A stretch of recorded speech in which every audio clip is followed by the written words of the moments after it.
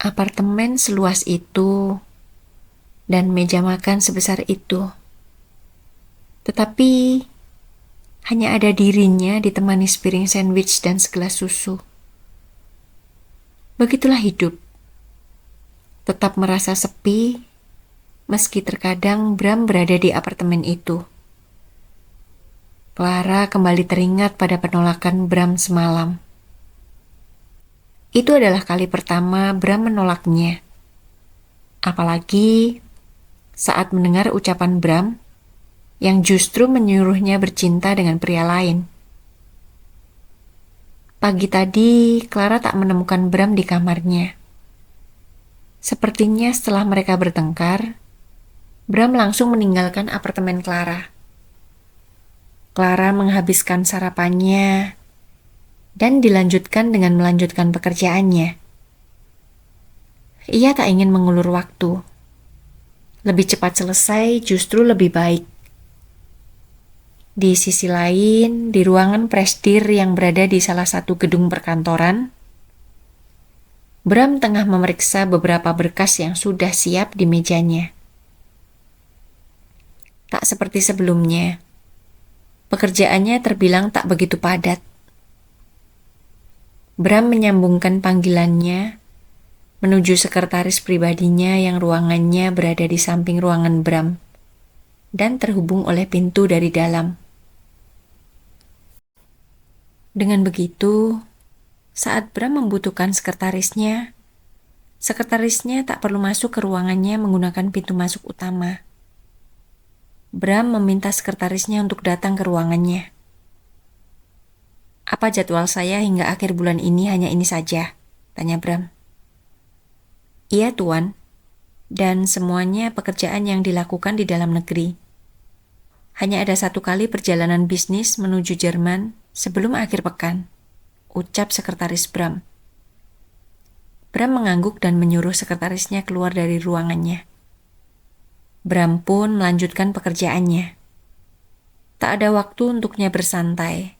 Meski perusahaan itu miliknya, ia tetap bekerja keras melakukan pekerjaannya. Tentu, membangun tidak semudah mempertahankan. Mereka tak pernah tahu bagaimana orang-orang sepertinya begitu sibuk bekerja dan tetap bekerja meski dalam keadaan tidur. Waktu pun berlalu.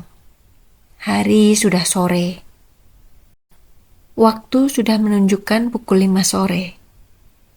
Bram keluar dari ruangannya dengan membawa tas kantornya. Terlihat beberapa stafnya yang sedang bersiap untuk meninggalkan kantor menyapanya. Tak biasanya Bram meninggalkan kantor di jam yang dibilang tepat bersamaan dengan jam pulangnya para staf kantor. Pekerjaan Bram memang tak terlalu banyak hari ini. Karena itu, ia bisa pulang lebih cepat.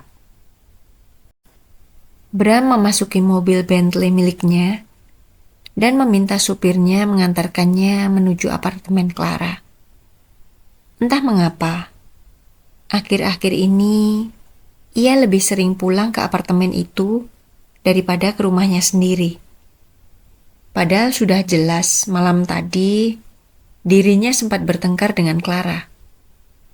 Tentu suasana akan terasa canggung.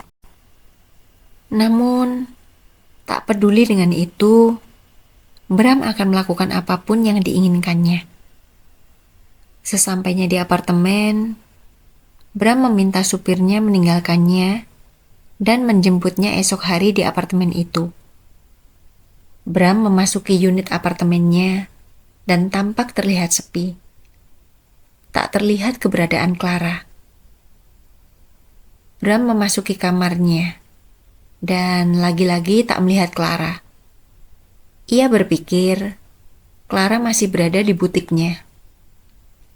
Bram membersihkan tubuhnya dan setelah itu pergi menuju dapur. Tak ada makan malam di sana. Bram memakai apron dan membuat makan malam.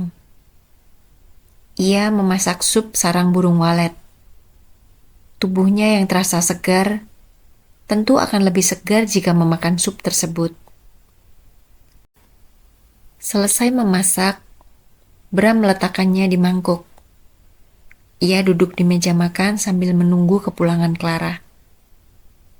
Makan malam bersama tidak ada salahnya, gumam Bram sambil memasang ekspresi datarnya. Waktu berlalu dengan cepat. Cukup lama Bram menunggu. Sup itu bahkan sudah dingin. Tetapi Clara tak kunjung pulang. Bram mengambil ponselnya dan akan menghubungi Clara. Namun, ia mengurungkan niatnya. Bram memang jarang sekali menghubungi Clara saat mereka tengah tak berada di tempat yang sama. Bram menggeser kursinya. Ia menghembuskan nafas kasar dan bangun dari duduknya. Buang saja supnya, aku sudah tak berselera memakannya, kesal Bram. Bram pergi ke kamarnya, meninggalkan 2 mangkuk sup yang sudah ia masak dengan antusias. Sementara di ruang kerja Clara membuka matanya perlahan. Ia terkejut karena langit terlihat gelap dari kaca jendela ruangan itu. Astaga, aku ketiduran, gumam Clara.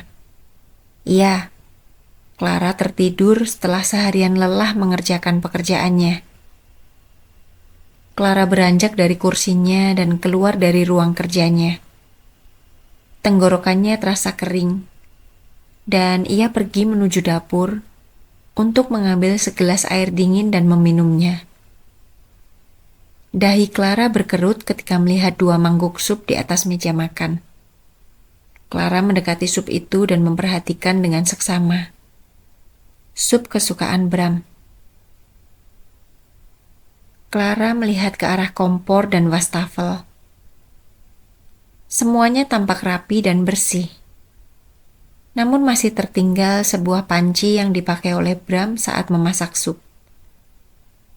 Clara membuka tutup panci itu dan terlihat sisa sup di sana. Apa dia ada di sini? Gumam Clara. Clara pergi ke kamarnya dan tak melihat siapapun. Clara melihat di atas gantungan tas ada tas kantor Bram. Berarti benar dia ada di apartemennya, pikir Clara. Clara memasuki kamar mandi.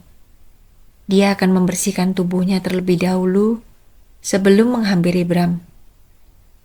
Selesai membersihkan tubuhnya, Clara memakai hot pants dan kaos hitam ketat yang menampakkan lekuk tubuhnya.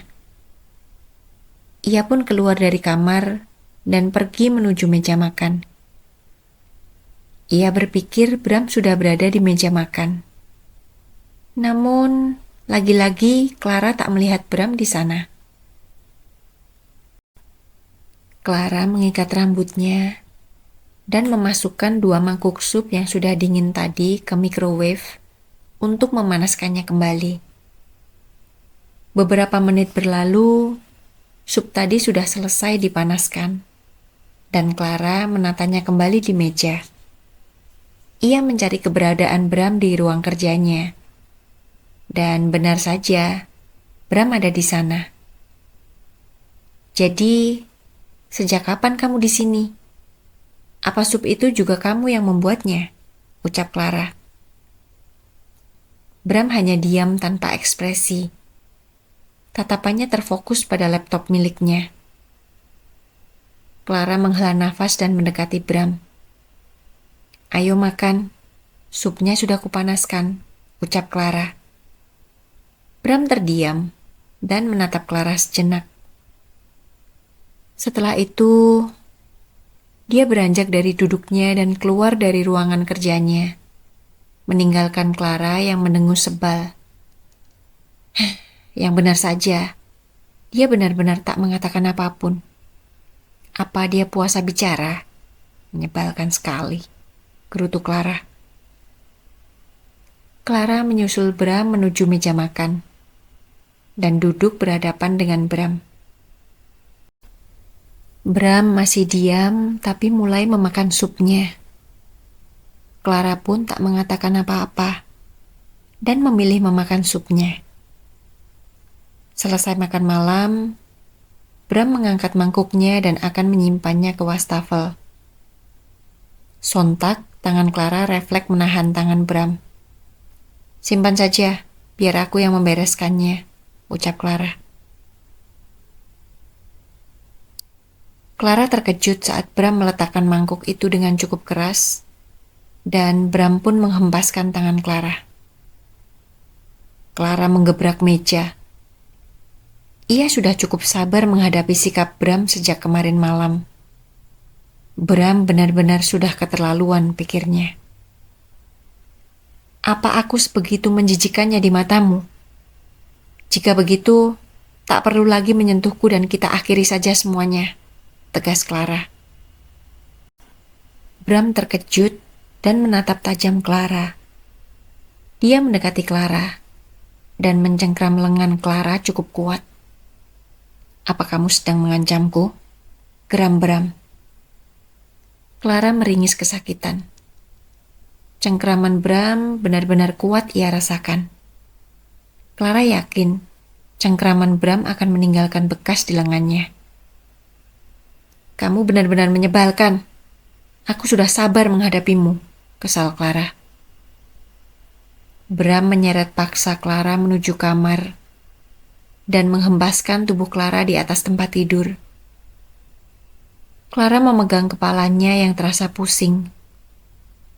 Ini adalah kali pertama Bram memperlakukannya kasar, dan terlihat sekali kebencian di mata Bram. Namun, entah apa sebab Bram bisa bersikap seperti itu. Clara bahkan tak pernah merasa berbuat kesalahan. Jikapun karena masalah Fiona kemarin malam, Clara pun sudah mencoba meminta maaf pada Bram. Tetapi Bram justru menolaknya.